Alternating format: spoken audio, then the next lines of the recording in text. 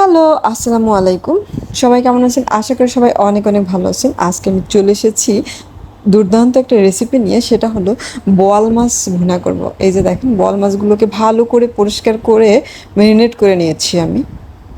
এই যে দেখেন, তারপরে নিয়েছি পেঁয়াজ কুচি, নিয়েছি হচ্ছে কাঁচামরিচ, ধনিয়া পাতা, তারপরে টমেটো, তারপরে হচ্ছে নিয়েছি হলুদের গুঁড়া, মরিচের গুঁড়া, জিরা, নিয়েছি বাটা মশলা, পেঁয়াজ বাটা, আদা বাটা, রসুন বাটা, নিয়েছি জিরা বাটা।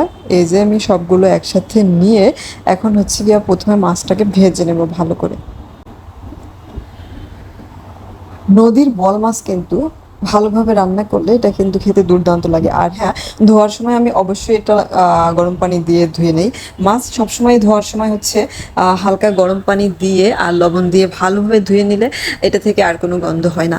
অনেকে বোয়াল মাছ বা পাঙ্গাস মাছ একটু গন্ধ বলে যে এটা খেতে একটু গন্ধ হয় বা খেতে ভালো লাগে না। তো এভাবে ধুয়ে ভালোভাবে পরিষ্কার করে রান্না করলে কিন্তু এটা দুর্দান্ত লাগে। তারপরে হচ্ছে পেঁয়াজটাকে ভালো করে ভেজে নেব। আমার মাছ ভাজা হয়ে গেছে, এবার আমি পেঁয়াজগুলোকে ভালো করে ভেজে পেঁয়াজটা যখন লালচে কালার হয়ে আসবে ঠিক তখনই হচ্ছে গিয়া আমি আমার বাটা মশলাগুলোকে দিয়ে দেবো।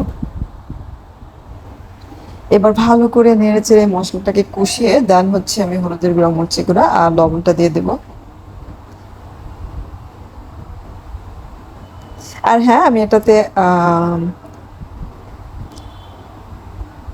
এই যে আমার মশলা কষানো হয়ে গেছে, এবার হচ্ছে আমি হলুদের গুঁড়া, মরিচের গুঁড়া আর লবণটা দিয়ে দিলাম।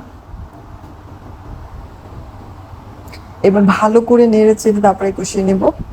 দেন হচ্ছে পরিমাণ মতো একটু পানি দিয়ে দিব। আর আমি পাশের চুলায় গরম পানি রেখেছি।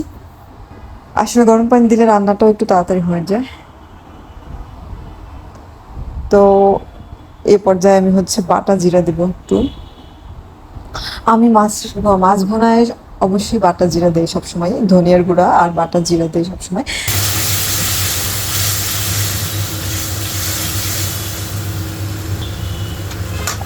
এই হচ্ছে আমার ভাজা মাছগুলো। এবার হচ্ছে মাছগুলোকে দিয়ে দিব। আর হ্যাঁ, মশলাটা কষানোর সময় খেয়াল রাখতে হবে যে মানে তেলটা উপরের দিকে আসছে কিনা, তাহলে বুঝতে হবে যে মশলাটা কষানো হয়ে গেছে। এটা আমার ট্রিক্স।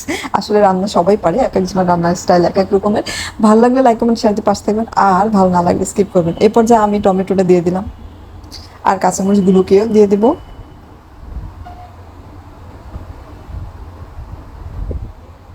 এই যে আমি কিছুক্ষণ জাল দিব।